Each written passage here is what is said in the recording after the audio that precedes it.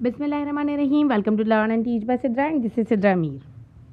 Students, आज हम past indefinite tense पढ़ने जा रहे हैं, जिसको पास्ट सिंपल टेंस भी कहा जाता है।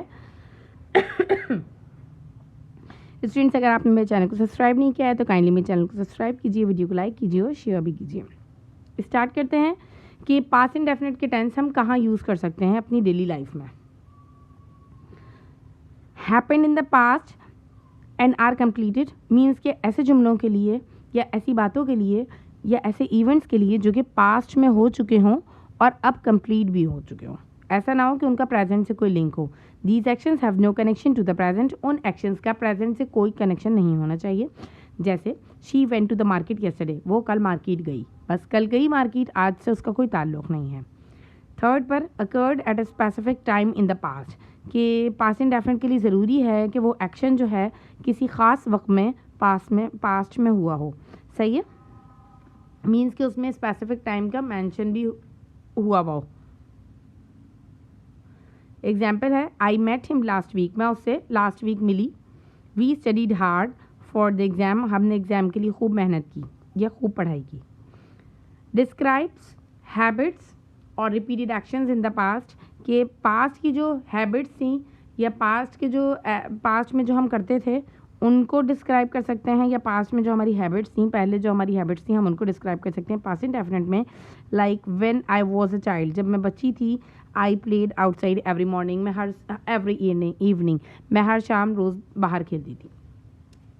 इसके अलावा आइडेंटिफिकेशन की बात आती है पास्ट इंडेफिनिट में कि इसकी आइडेंटिफिकेशन कैसी होगी। उर्दू में ऐसे जुमले जिनके वर्ब के आखिर में अलिफ, छोटी है या ये वगैरह बड़ी ये आता हो, उन्हें हम पास्ट इंडेफिनिट में कंसीडर करते हैं। ठीक है, इसके अलावा हमारा फॉर्मूला जो होता है पास्ट इंडेफिनिट के लिए वो होता है सब्जेक्ट प्लस वर्ब की second form plus object. English में आपके पास जो उसकी आइडेंटिफिकेशन होगी ना पास्ट इंडेफिनिट की, आपको कैसे पता चलेगा कि जुमला पास्ट इंडेफिनिट का है? आपको ऐसे पता चलेगा कि किसी भी टेंस में वर्ब की सेकंड फॉर्म आ रही होगी। तो सेकंड फॉर्म शो करती है कि वो जुमला किस चीज़ का है, पास्ट इंडेफिनिट का है। सब्जेक्ट प्लस वर्ब की सेकंड फॉर्म प्लस ऑब्जेक्ट, ये अफर्मेटिव का फॉर्मूला है। नेगेटिव में इसके लिए हमारे पास हेल्पिंग वर्ब होता है did not. Subject plus did not plus verb की फर्स्ट फॉर्म प्लस ऑब्जेक्ट, ये नेगेटिव का है। Did plus subject plus verb की फर्स्ट फॉर्म प्लस ऑब्जेक्ट, ये इंटरोगेटिव है और उसमें क्वेश्चन मार्क आना ज़रूरी है, वरना हाफ मार्क आपका डिडक्ट होगा। उर्दू में इसके टेंस लेते हैं, एक सेंटेंस लेते हैं, डॉक्टर ने मरीज़ का इलाज किया। देखें, अलिफ छोटी है बड़ी आना चाहिए, इलाज किया वर्ब है और इसके आखिर में अलिफ भी आ रहा है। ठीक है, अब हमने क्या किया, इसको करने का तरीका हमारे पास ये होता है कि हमें सब्जेक्ट, वर्ब और ऑब्जेक्ट निकालने आने चाहिए। सब्जेक्ट, काम करने वाले को सब्जेक्ट कहते हैं, मीन्स के जुमले में जो भी काम कर रहा होगा उसे हम सब्जेक्ट कहते हैं। वर्ब क्या होता है, जो भी काम होता है वो वर्ब होता है, और ऑब्जेक्ट जो होता है जिस चीज़ पर काम किया जा रहा होता है वो ऑब्जेक्ट होता है। मैंने आपको पहले प्रेजेंट इंडेफिनिट पढ़ाया था, तो प्रेजेंट इंडेफिनिट पढ़ाते टाइम पिछली वीडियो में मौजूद होगा, सब काफ़ी इसकी डिटेल्स मौजूद है कि सब्जेक्ट क्या होता है। एक्शन ऑफ डूअर को हम सब्जेक्ट कहते हैं, वर्ब किसी भी काम को कहते हैं, और जिस चीज़ पर काम किया जा रहा है उसे हम ऑब्जेक्ट कहते हैं। इसके लिए आप पिछली वीडियो भी देख सकते हैं, मैंने यहाँ भी आपको क्लियर कर दिया है। अच्छा, अब इसके बाद जब हमारे पास एक उर्दू में एक जुमला है ना, डॉक्टर ने मरीज़ का इलाज किया, तो जब आपके पास उर्दू में जुमला आएगा, मैं यहाँ पे आपको दोबारा से करके दिखाती हूँ। डॉक्टर ने मरीज़ का इलाज किया, इसमें ना आप स्टेप्स फॉलो करेंगे। जो बच्चे स्टेप्स को फॉलो करके करते हैं ना, सीखने वाले जो बिगनर्स होते हैं, जो स्टेप्स को फॉलो करते हैं, वो कभी उनका काम गलत नहीं होता। सबसे पहला काम आपको क्या है, identification of subject, verb and object. सबसे पहले हमारे पास सब्जेक्ट क्या है, काम कौन कर रहा है, इसमें डॉक्टर काम कर रहा है, तो डॉक्टर हमारा क्या हो गया, सब्जेक्ट हो गया। क्या काम कर रहा है भाई, इलाज। ठीक है, इलाज किया है, ये वर्ब हो गया। किसका इलाज कर रहा है, ऑब्जेक्ट हमारा मरीज़ हो गया। ये हो गया सबसे पहले स्टेप में हमने क्या किया, सब्जेक्ट। स्टेप नंबर 1 हमारे पास था सब्जेक्ट, ऑब्जेक्ट एंड वर्ब को निकालना। ठीक है, कि सब्जेक्ट, ऑब्जेक्ट और वर्ब क्या हो सकते हैं।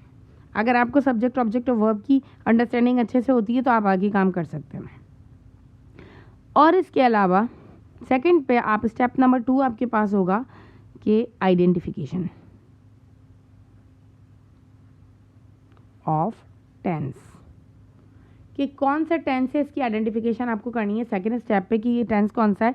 तो आपको मैंने आइडेंटिफिकेशन का क्या तरीका बताया, अगर आपको उर्दू में दिया गया है तो उसके वर्ब के आगे अलिफ छोटी है या बड़ी है आएगा, या मैंने आपको यहाँ पर कंडीशंस बताई हैं कि ऐसे काम होंगे जो पास्ट में कंप्लीट हो चुके हैं, जिनका प्रेजेंट से कोई ताल्लुक ना हो या स्पेसिफिक वक्त में किया गया हो, ठीक है, या उसकी हैबिट्स वगैरह हो, ठीक है। तो ये क्या है, ये पास्ट में एक काम है जो कर दिया गया है, ठीक है। ये क्या है, ये एक वर्क ऐसा है जो कि पास्ट में कंप्लीट हो चुका है कि डॉक्टर ने मरीज़ का इलाज किया। हमें पता चल गया कि किस चीज़ का है, आइडेंटिफिकेशन के बाद ये पास्ट इंडेफिनिट है और उर्दू में हमने इसकी आइडेंटिफिकेशन की तो वर्ब के आखिर में अलिफ आ रहा है, ठीक है। अब इसके बाद हमारे पास ये होता है, जब हमें यहाँ तक स्टेप पता चल गया ना कि पास्ट इंडेफिनिट है तो समझे हमारा काम काफ़ी आसान हो गया। अब इसके बाद स्टेप नंबर थर्ड है। थर्ड स्टेप में हम क्या करेंगे, पेंसिल से फॉर्मूला लिखेंगे। क्या करेंगे, लाजमी सी बात है, आप फेयर काम करें तो पेंसिल से ही फॉर्मूला लिखेंगे, बाद में उसको रब भी कर सकते हैं, चाहें तो ना भी रब करें, ठीक है। पेन से लिखेंगे तो थोड़ा सा ऑकवर्ड लगेगा, चेक करने के टाइम पे भी ना टीचर को थोड़ा सा प्रॉब्लम होगा, तो वो अच्छा नहीं लगता। तो इसलिए हम पेंसिल से फॉर्मूला लिखेंगे। पास्ट इंडेफिनिट का फॉर्मूला, पास्ट इंडेफिनिट का नाम याद आते ही ना आपको उसका फॉर्मूला याद होना चाहिए। मैंने आपको बताया था सब्जेक्ट प्लस वर्ब की सेकेंड फॉर्म प्लस ऑब्जेक्ट, सबसे आसान फॉर्मूला है ये, इससे आसान फॉर्मूला कोई हो नहीं सकता कि सब्जेक्ट है, वर्ब की सेकंड फॉर्म है, साथ में ऑब्जेक्ट है, हो गया काम, ठीक है। अच्छा, ये आपके पास फॉर्मूला हो गया। जब आपके पास फॉर्मूला आ गया, आपने सब्जेक्ट ऑब्जेक्ट और वर्ब निकाल लिए, उसके बाद कोई भी ऐसा नहीं है जो आपको रोकेगा जुमला बनाने से। सब्जेक्ट की जगह सब्जेक्ट की इंग्लिश लिख देंगे डॉक्टर,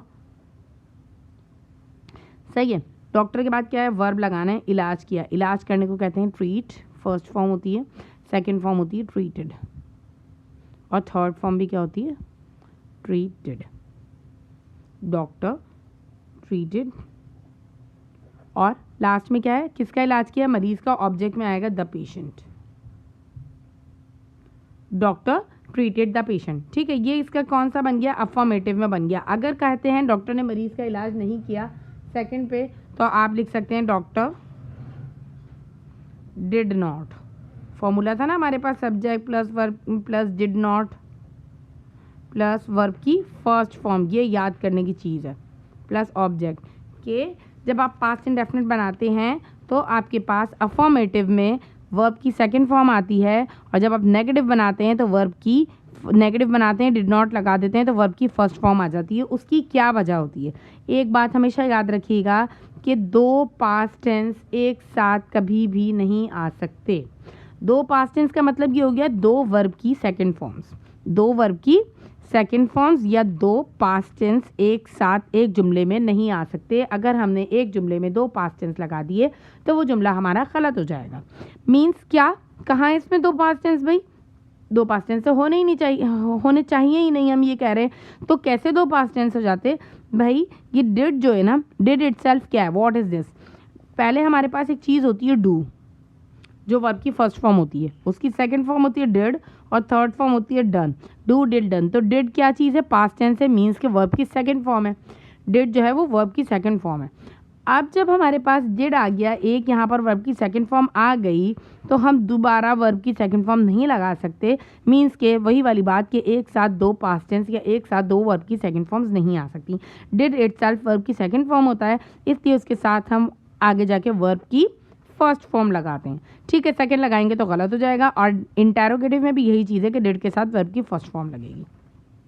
डॉक्टर डिड नॉट, अब वर्ब की कौन सी फॉर्म लगाएंगे, first form, treat the patient. Negative हो गया, इंटेरोगेटिव में हम डिड को बाहर निकाल लेते हैं, did doctor treat the patient. अच्छा, ये तो हो गए हमारे क्या, ये हमारी हो गई उर्दू से इंग्लिश ट्रांसलेशन। अब हमारे पास एक चीज़ आती है, एक और जुमला मैं आपको बता देती हूँ, यहाँ पे मैंने शायद लिखा हुआ है, हारिस ने मार्केट में दुकान खोली। हारिस ने मार्केट में दुकान खोली। अब इसमें क्या है कि हारिस ने सब्जेक्ट निकाला, वर्ब निकाला, ऑब्जेक्ट निकाला, जो लास्ट में बच जाता है उसको कहते हैं रिमेनिंग। काम करने वाले को सब्जेक्ट कहते हैं, हारिस काम कर रहा है, क्या काम कर रहा है भाई, खोल रहा है, सही है, ओपन कर रहा है, क्या ओपन कर रहा है, दुकान ओपन कर रहा है। एंड में जो बच गया वो क्या हो गया, रिमेनिंग हो गया, उसको हम फॉर्मूले में सबसे आखिर में लगा देते हैं। फॉर्मूले में क्या करते हैं, सबसे आखिर में रिमेनिंग लगा देते हैं। अब क्या हो जाएगा, सब्जेक्ट की जगह हारिस लगा दिया, वर्ब की सेकंड फॉर्म आ जाएगी, ओपनड होता है, और आज शॉप, दुकान खोली, आज शॉप, और कहाँ पर खोली, इन मार्केट, ठीक है। और फिर उसके बाद नेगेटिव में क्या करेंगे, डिड नॉट लगाएंगे, वर्ब की फर्स्ट फर्स्ट फॉर्म लगाएंगे और इधर डिड लगा के वर्ब की फर्स्ट फॉर्म लगा के हमारा काम कंप्लीट हो जाएगा। ठीक है, ये हो गया। अब हमारे पास आती है कन्वर्जन की बात कि हम फॉर्मेशन ऑफ सेंटेंस करते हैं। फॉर्मेशन ऑफ सेंटेंसेस भी हमारे पेपर में आता है, ज़्यादातर 9 मैट्रिक में इसी तरीके की चीज़ें आती हैं और इसके अलावा 6, 7, 8 में भी इस तरीके का पेपर आता है कि the company hires new workers. सही, कंपनी हायर्स न्यू वर्कर्स, उन्होंने क्या दे दिया आपको और नीचे लिख दिया चेंज इनटू पास्ट इंडेफिनिट। इसका तरीका बहुत आसान है। इसमें भी आपको सबसे पहले क्या करना है, स्टेप्स को फॉरवर्ड करना है। स्टेप नंबर 1 में स्टेप्स को फॉलो करना है। स्टेप नंबर 1 में आपने क्या किया, सब्जेक्ट ऑब्जेक्ट और वर्ब को अलग किया। इसमें कंपनी काम कर रही है, क्या काम कर रही है, हायर कर रही है, मीन्स के लोगों को रख रही है नौकरी पर। सही है, किसको, न्यू वर्कर्स को। तो न्यू वर्कर्स ऑब्जेक्ट होगा जिन पर काम किया जा रहा है। काम कौन कर रहा है, कंपनी कर रही है, क्या कर रही है, हायर कर रही है। सही है, नौकरी दे रही है। ठीक है, अब इसको चेंज करना है किसमें, पास्ट इंडेफिनिट में। सेकंड वाला है, हम क्या करेंगे, right the formula with pencil. सही है, पेंसिल से फॉर्मूला लिखेंगे। फॉर्मूला हमें याद होना चाहिए, सब्जेक्ट प्लस वर्ब की सेकंड फॉर्म प्लस ऑब्जेक्ट। इतना हो गया। अब हमने क्या किया, इस फॉर्मूले को, इस सेंटेंस को इस फॉर्मूले के अकॉर्डिंग कर देंगे, काम हो जाएगा, ज़्यादा टेंशन की ज़रूरत ही नहीं है। सही है, सबसे पहले हमारे पास ये सेंटेंस है, फॉर्मूला क्या है, गिरा। सब्जेक्ट सबसे पहले क्या है, सब्जेक्ट क्या था, द कंपनी वैसी का वैसे लिख दिया। उसके बाद क्या लगाना था मुझे, द कंपनी के बाद वर्ब की सेकंड फॉर्म लगानी है। वर्ब क्या है, यहाँ पे हायर है और हायर की 3 फॉर्म्स क्या होती हैं, फर्स्ट फॉर्म होती है हायर, सेकंड होती है हायर्ड और थर्ड भी होती है हायर्ड। तो मैंने यहाँ पे हायर्ड ये वाली चूज़ की और ये लगा दी और उसके बाद ऑब्जेक्ट था, object as it is new workers था, वैसी का वैसी लगा दिया, हो गया। दूसरी चीज़ हमारे पास आती है, the teacher will want the students to cheat in exams. ठीक है, इसको भी पास्ट इंडेफिनिट में करना है, उसके लिए भी वही तरीका होगा, आपको स्टेप्स फॉलो करने हैं। सब्जेक्ट वर्ब और ऑब्जेक्ट निकालना है। यहाँ पे टीचर काम कर रहा है, सब्जेक्ट हो गया, क्या काम कर रहा है, वार्न कर रहा है, क्या काम कर रहा है, वार्न कर रहा है। सेकंड फॉर्म वर्ब ये हो गया और किसको कर रहा है, स्टूडेंट्स को कर रहा है और बाकी का काम क्या हो गया, रिमेनिंग हो गया। अब आपने क्या किया, स्टेप नंबर 2 में पेंसिल से फॉर्मूला लिखा, सब्जेक्ट प्लस वर्ब की सेकंड फॉर्म प्लस ऑब्जेक्ट लगाया। सब्जेक्ट की जगह आपने क्या किया, द टीचर था, द टीचर लिख दिया। ठीक है, वर्ब की सेकंड फॉर्म लगानी है। वर्ब क्या है, वार्न है। वार्न की सेकंड फॉर्म क्या होती है, WORNED, वार्नड होती है। अच्छा, अब इसके बाद ऑब्जेक्ट लगाना है आपको। तो ऑब्जेक्ट आपके पास क्या मौजूद है, यहाँ पे स्टूडेंट से स्टूडेंट्स लगा दिया और बाकी जो भी चीज़ वैसी थी वैसी की वैसी कर दी, आपका पास्ट इंडेफिनिट चेंज हो गया। ठीक है, अब हमारे पास अगर आती है टेंस की, ये तो थी हमारी टेंस की कन्वर्जन। अब सेंटेंस की कन्वर्जन अगर हमारे पास आती है, जैसे did you follow the rules. सही है, इसको आपको किस में करना है, अफर्मेटिव में चेंज करना है। अफर्मेटिव में हमारे पास क्या होता है, सब्जेक्ट प्लस वर्ब की सेकंड फॉर्म प्लस ऑब्जेक्ट। सही है, सब्जेक्ट क्या है, यू, ये वर्ब है और ये ऑब्जेक्ट है। सब्जेक्ट लगाया यू, वर्ब की सेकंड फॉर्म फॉलो की क्या होगी, फॉलोड द रूल्स, वैसी आ जाएगा। ये हो गया आपका अफर्मेटिव में चेंज। अगर मुझे इसी को नेगेटिव में चेंज करना है तो मैं क्या करूँगी, यू लगाऊंगी। यू के बाद क्या लगाती हूँ, डिड नॉट। डिड नॉट के बाद हमेशा हमेशा वर्ब की फर्स्ट फॉर्म लगती है, यानी कि फॉलो द रूल्स। हो गया काम। ठीक है, तो बेटा ये था आपका पास्ट इंडेफिनिट। पास्ट इंडेफिनिट की अच्छी सी प्रिपरेशन कीजिए, उसके बाद मुझे बताइए कमेंट्स में, कमेंट सेक्शन में बताइए कि आपको कैसा लगा और वीडियो कैसी लगी, आपको कोई फ़ायदा हुआ या नहीं हुआ। ठीक है, थैंक यू वेरी मच, अल्लाह हाफिज़।